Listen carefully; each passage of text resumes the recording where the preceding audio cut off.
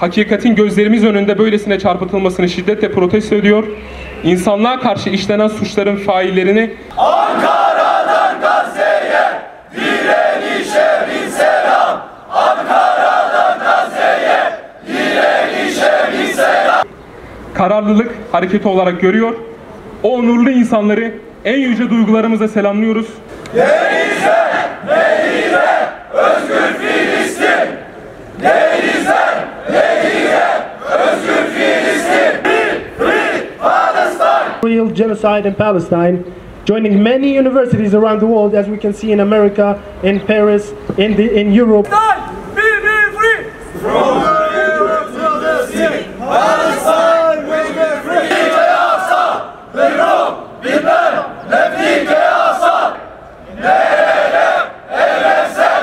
İnsan hakları.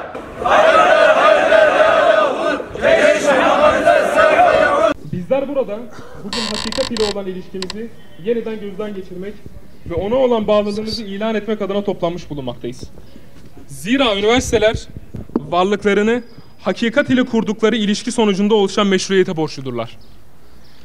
Filistin'de yaşanan insanlığa karşı suçlara sessiz kalan hiçbir kurum kendisini bilim, ilim ya da hakikat ile ilişkilendiremez. Zira sessizlik ahlaki meşruiyeti kaybetmek demektir. Sessizlik yapılan zulümlere ortak olmak demektir.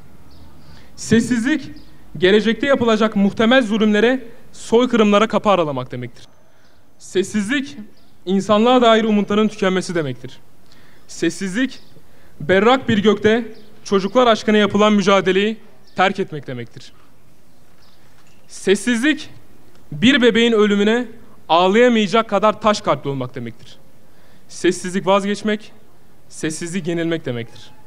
Bu yüzden dünyadaki birçok üniversitede olduğu gibi bizler de Ankara Sosyal Bilimler Üniversitesi'nin öğrencileri, akademisyenleri, idari personeli, fakat bunlardan daha da öte, merhameti kendine pusula edinmiş insanlar olarak İsrail'in Filistin'de yapmış olduğu soykırımı amasız, fakatsız ve en sert şekilde kınıyoruz. Çarpık kutsallıklarının ardına sığınarak binlerce bebeğin, kadının, yaşlının sebepsiz yere katledilmesinin hiçbir izahının olmayacağını ilan ediyoruz. Hakikatin gözlerimiz önünde böylesine çarpıtılmasını şiddetle protesto ediyor. İnsanlığa karşı işlenen suçların faillerini en kuvvetli şekilde lanetliyoruz. Ve Filistin halkının onurlu direnişini, yeni bir dönemin başlangıcına vesile olacak büyük bir fedakarlık, kararlılık hareketi olarak görüyor. O onurlu insanları en yüce duygularımızla selamlıyoruz. Umut dolu gözlerle bakan masum çocuklar aşkına yaşasın özgür ve güzel Filistin. Denizler, nehirler, özgür Filistin. Thank everybody for coming here. I, as a Palestinian, appreciate it myself, but I'm also sure that all the Palestinians in Gaza right now appreciate every single one of you. Today we're witnessing historic events, and we're here today as students, we're as academicians, as administrative staff from the Social Sciences University of Ankara. We gather today to send a direct message that we stand united in our condemnation of the genocide towards the Palestinian people. Our stance reflects a deep understanding of universal values such as truth, justice, and humanity. For the sake of women dying and for the sake of children being murdered, we say, long live resistance, long live Gaza, and long live Palestine. Thank you very much. Katil İsrail, işbirlikçi ABD. ونحن نمر بأيام تاريخية ونشهد التاريخ، وكمثال على هذه الشهادة اجتمعنا اليوم أمام هذه البنية التاريخية كطلاب وأكاديميين وإداريين في جامعة أنقرة للعلوم الاجتماعية. إن الهدف الذي يدفعنا إلى الاجتماع هنا هو إعلان أننا ضد الإبادة الجماعية التي ترتكب ضد الشعب الفلسطيني، وإعلان أننا بجانب الشعب الفلسطيني دائما وأبدا.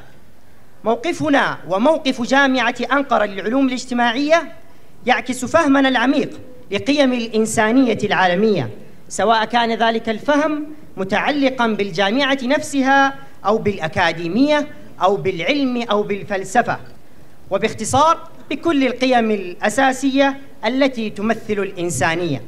ونحيي هؤلاء الشرفاء بأسمى مشاعرنا من أجل أطفال أبرياء ينظرون بعيون مفعمة بالأمل. عاشت فلسطين حرة كريمة بالروح بالدم نفديك يا أقصى. 私たちは歴史的な日々を過ごし、歴史を目撃しています。私たちアンカラ社会科学大学の学生、教員、職員は今日この目撃者の一人として歴史的建物の前に集まっています。私たちがここに集まった目的は、パレスチナの人々に対する大量虐殺に反対し、パレスチナの人々と一緒にいることを宣言するためです。Kampüste, meydanda, intifada her yerde. Uyan, diyen, özgürleş! Uyan, diyen, özgürleş! Связанные с судьбой братского палестинского народа, которому грозит физическое уничтожение со стороны Израиля. Вот почему мы, студенты, преподаватели, сотрудники администрации Анкарского университета социальных наук, собравшись сегодня перед зданием нашего вуза, заявляем на весь мир: нет, геноцид палестинского народа, выражаем ему безоговорочную поддержку и вместе с тем разделяем его скорбь, его горе в связи понесенными им человеческими жертвами. Uyan, diyen, özgürleş! Özgür Filistin! Evet, Rusça bildiriyi okuduğu için öğrencimiz Vildan Azra. Tekrar herkese çok teşekkür ediyoruz. Hocalarımız, öğrencilerimiz, herkese bu vicdan, insani, merhamet busalası bizim kalbimizden kaybetmemiz için buradayız. Size tekrar kalbimizden Gazze'nin adına, oradaki şehitlerimizin adına, oradaki yaralılarımızın adına size kalbimizden teşekkür ediyoruz. Oradaki insan hakları ihlal ederken, oradaki insanlar bizim canlı ekranımızda bu soykırım izlerken sessiz kalmak ne imani, ne insani, ne vicdani açısından bize yakışmaz. Arkadaşlar, boykot devam ettirin. Ona durdurmak vakti yok. Özgürlene kadar ona devam ettireceğiz, ateş kesene kadar değil. Bu konuda herkes elinde ne yapabilirsek ona yapacağız ve Allah izniyle özgür Filistin'de, özgür Mescid-i Aksa'da fetih namazı orada kılacağız. Allah izniyle o gün yakın olacak. Ve yeselûneke metâhu kul asa en yekûne qarîbe. İştirak ettiğiniz için tek tek teşekkür ediyor. Allah razı olsun diyoruz.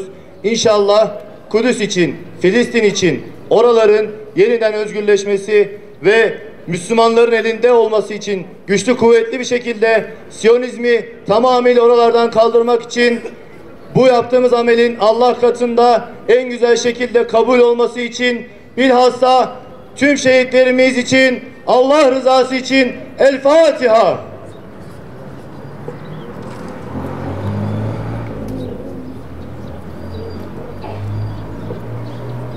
Programımız burada sona ermiştir. Katılımlarınız için teşekkür ediyoruz.